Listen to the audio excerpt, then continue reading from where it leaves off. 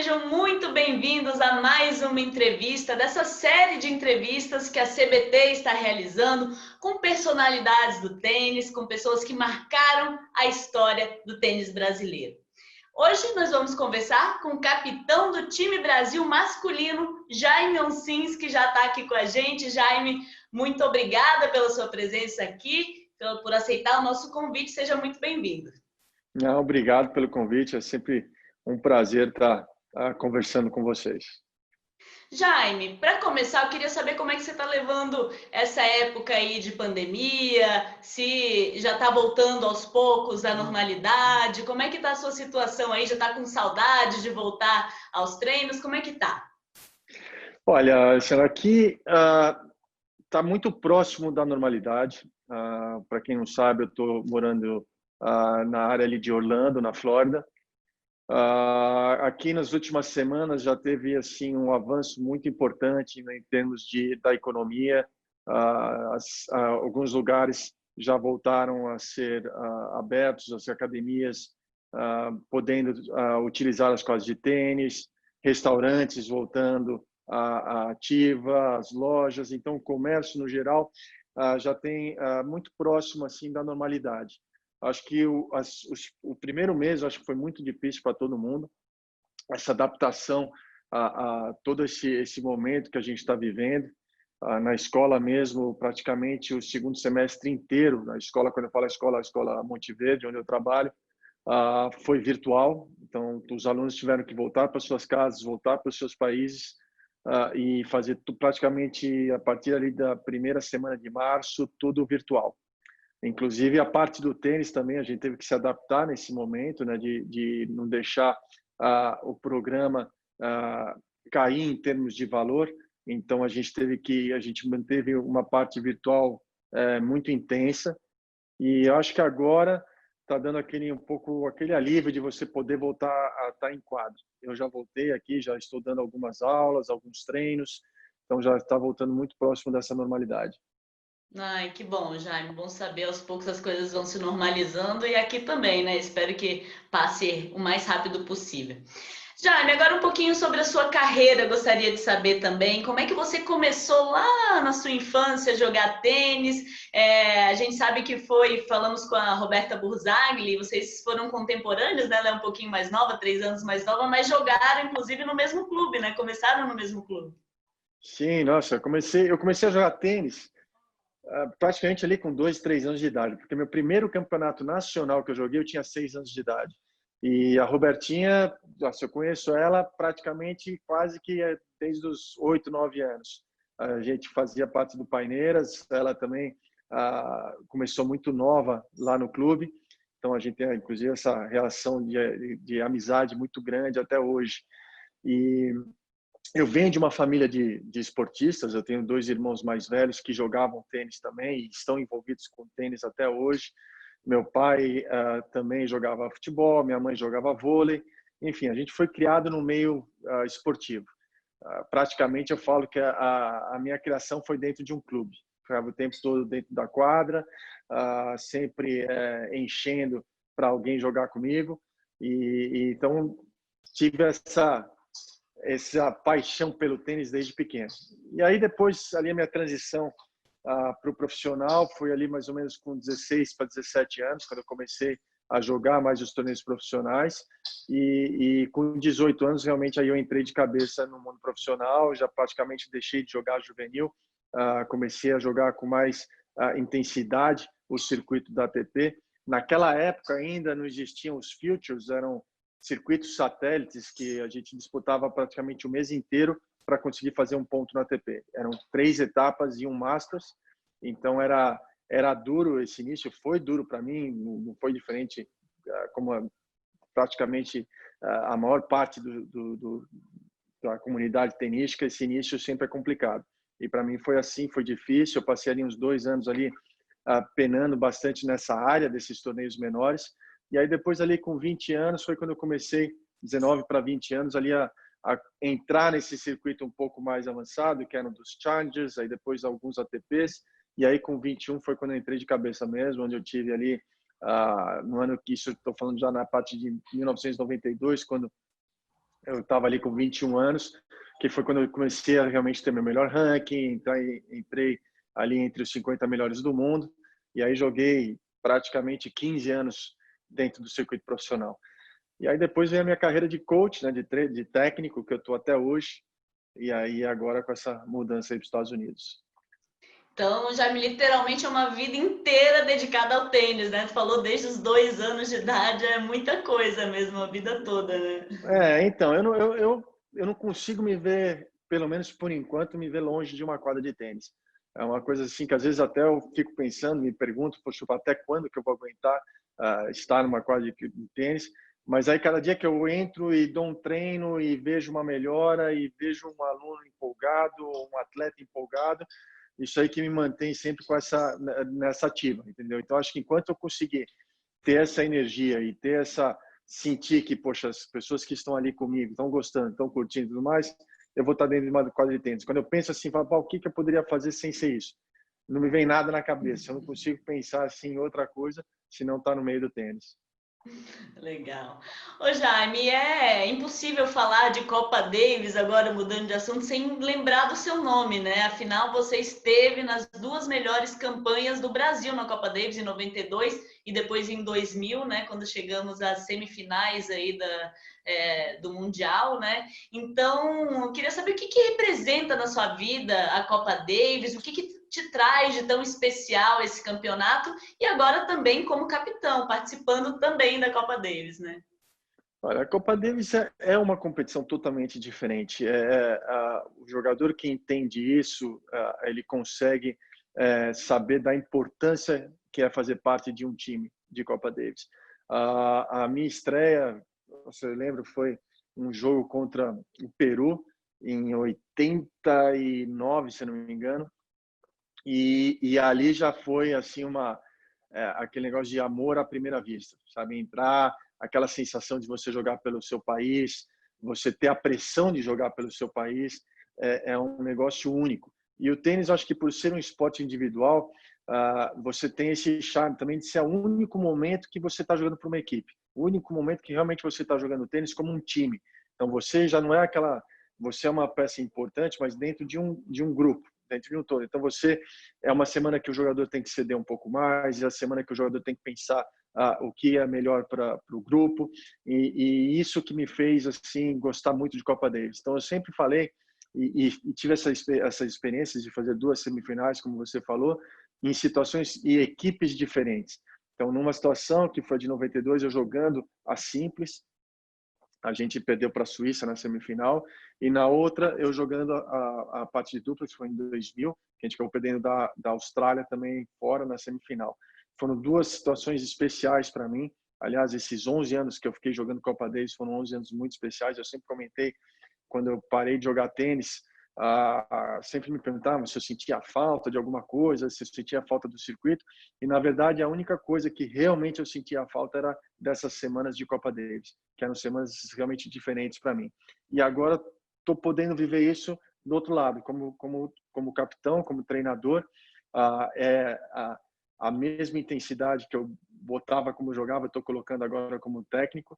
A diferença é que eu fico ali de fora da quadra, tendo que controlar um pouco mais a emoção, porque dentro da quadra você extravasa, você grita na hora que precisa gritar, você vibra na hora que precisa vibrar, joga junto com o público, e ali na parte de técnico tem que saber controlar um pouquinho mais essas emoções, passar uma tranquilidade para os jogadores e fazer com que eles entendam que essa semana é uma semana que exige um comprometimento muito grande. E faço isso de novo com a mesma paixão que eu fazia quando eu jogava como jogador.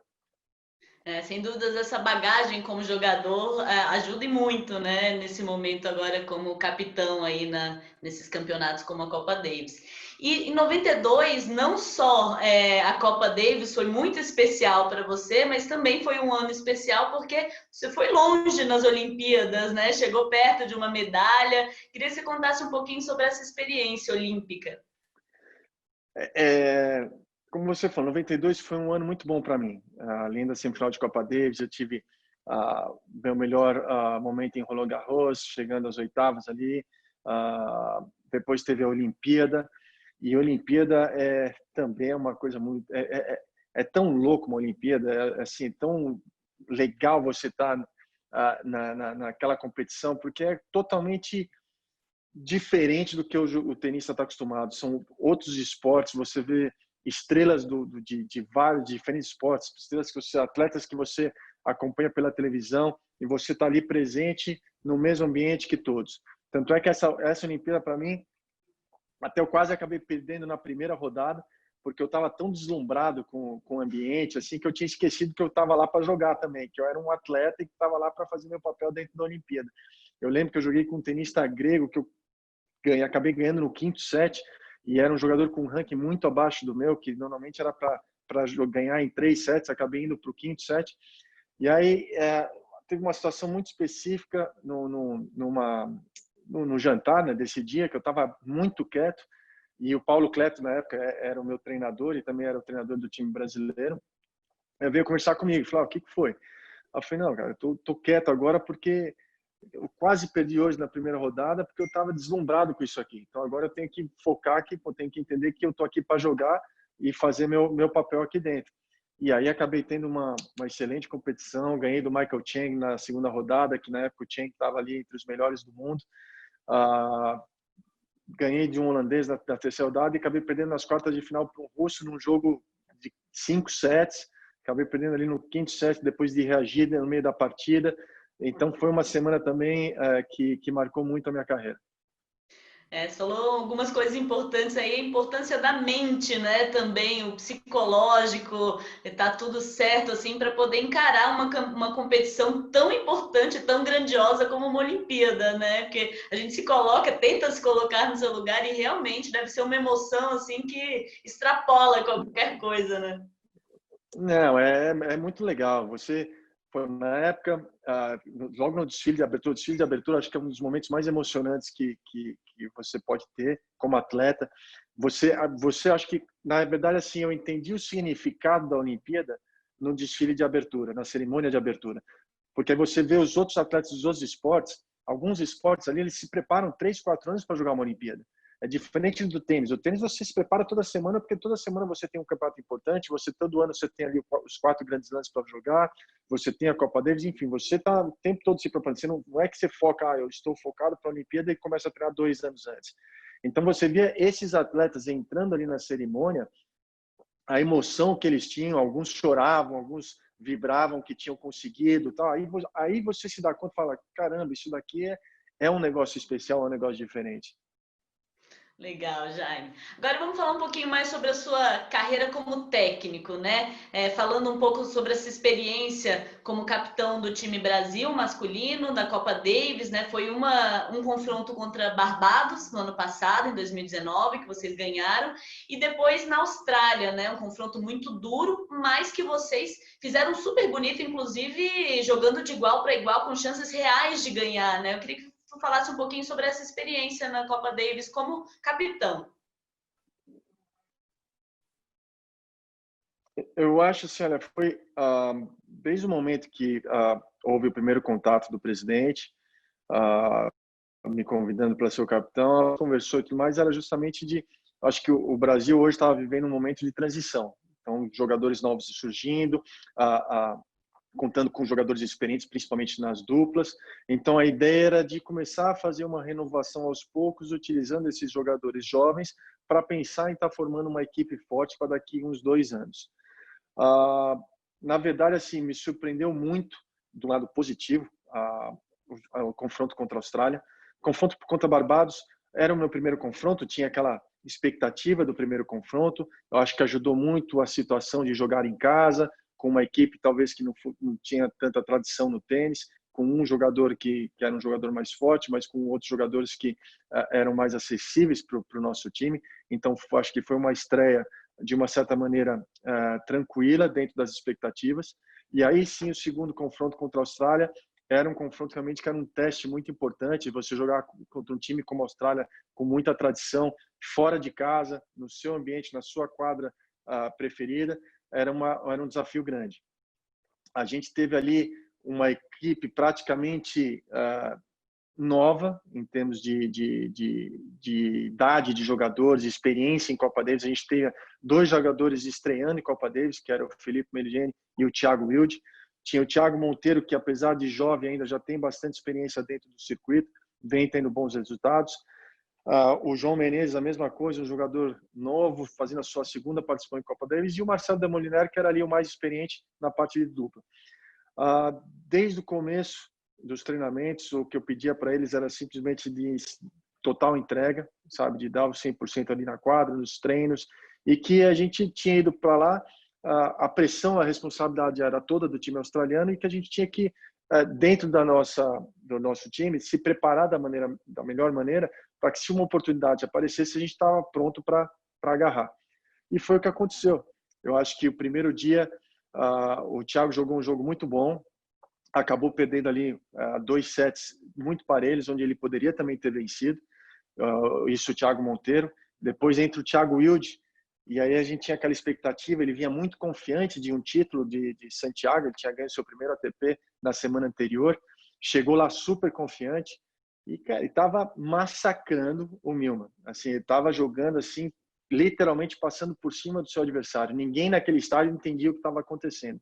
Infelizmente, teve aquela situação de uma torcedora que passou mal, teve que parar o jogo 38 minutos, então o Thiago acabou perdendo um pouquinho aquele ritmo que ele vinha, colocou o Millman na partida e acabou enrolando o jogo, acabou perdendo ali no terceiro set, mesmo tendo ainda uma oportunidade boa de ter vencido a partida no segundo set, ele acabou sacando para vencer aquele jogo, mas eu acho que deixou bem claro ali do potencial que ele tem e que é um jogador de Copa Davis também.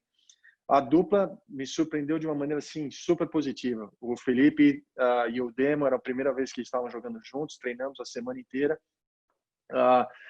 O Felipe mostrou uma maturidade incrível para um primeiro confronto de Copa Davis, não sentiu em nenhum momento ali a pressão. Foi decisivo em alguns momentos. O Demo, a mesma coisa, na hora que teve que chamar um pouco a responsabilidade mais para ele, ele foi e chamou.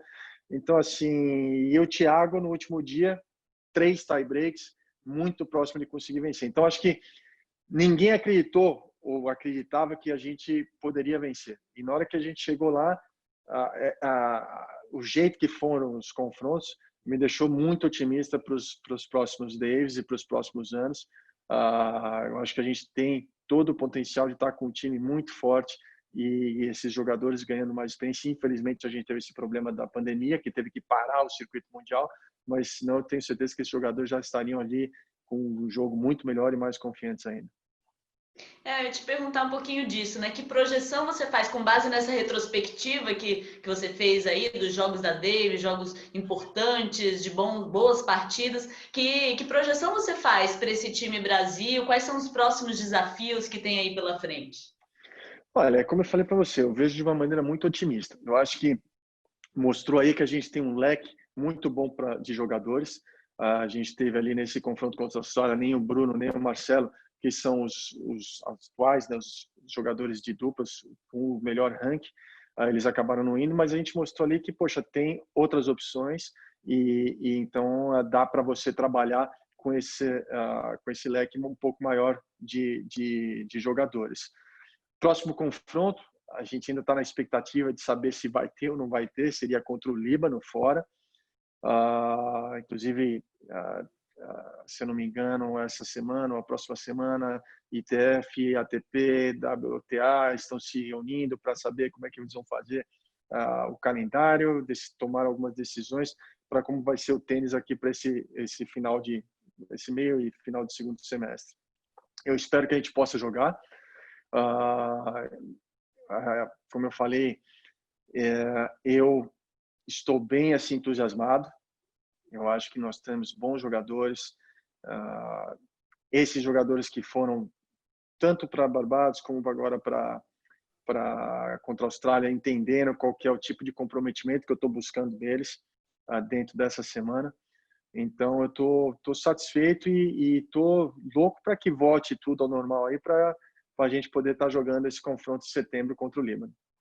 É verdade, Jaime. Até nós, como torcedores, também estamos ansiosos aí para que tudo isso passe para a gente poder ver novamente o nosso time Brasil em quadra, né? Ô Jaime, falando um pouco sobre a evolução do tênis, desde que tu começou lá na década de 70 até hoje, muita coisa mudou, as dificuldades são as mesmas, são muito diferentes. O que tu pode falar com relação a isso? Olha, tem duas coisas assim, o que mudou muito, sem dúvida nenhuma, as raquetes foram evoluindo muito. Agora, nesses últimos anos, acho que a maior evolução que teve foi nas cordas. As cordas agora estão realmente mostrando uma evolução muito grande comparando com a época que eu jogava. O tênis hoje, eu acredito que não só o tênis, mas o esporte em geral está muito mais físico do que técnico. Eu acho que a parte de preparação física teve uma evolução muito grande e uma mudança muito grande da maneira de se preparar fisicamente. Você está me ouvindo ou não? Tá, porque Agora sim, voltou. entrou uma ligação aqui, eu tive que parar. Então, acho assim, teve uma evolução muito grande nessa parte de educação, de preparação física. Então, vejo os jogadores hoje bem mais fortes fisicamente. O tênis está exigindo mais isso. O tênis o jogo acabou muito partir muito para força e acho que o jogador que consegue mesclar isso, a parte de força com técnica, são os jogadores que estão tendo destaque dentro do circuito. A parte de dificuldade, eu acho que hoje, talvez pela facilidade em acesso a informações que os jogadores estão tendo hoje, em termos de internet, toda a tecnologia que existe hoje, por um lado ajuda, por outro lado atrapalha. Eu acho que ajudou muito em termos de facilidade hoje para você montar um calendário, de você se inscrever num torneio, de você se organizar, e atrapalha na parte de você conseguir que aquele jogador fique mais focado no que ele tem que fazer. Eu acho que hoje existe uma distração muito grande em termos de mídia social, de toda essa parte de fora quadras de tênis, que acaba atrapalhando um pouco. Então, o jogador que souber utilizar isso de uma maneira mais assim disciplinada, de uma maneira mais produtiva para o seu trabalho, vai bem. Mas o que eu vejo é muitos atletas um pouco se perdendo um pouco na quantidade de tempo que gasta dentro disso daí. E eu acho que isso daí, às vezes, acaba deixando também, eu sempre falo que hoje em dia eu vejo essa garotada um pouco mais soft, a palavra em português, sei lá, um pouco mais, não é mole, mas assim, um pouco mais, com muito mais mimimi do que antes. Eu acho que antes o jogador ele tinha que batalhar muito mais pelas coisas. Hoje eu acho que eles estão tendo algumas coisas com muita facilidade e estão acabando deixando eles um pouquinho mais assim, soft nessa parte de ter que brigar mais para conquistar as coisas. Legal, Jaime. Um pouquinho agora sobre o seu dia a dia aí. Como é que está sendo o teu trabalho? Como você está desenvolvendo esse trabalho nos Estados Unidos, né? Como técnico aí. Conta um pouquinho sobre a sua rotina, seu dia a dia nos Estados Unidos.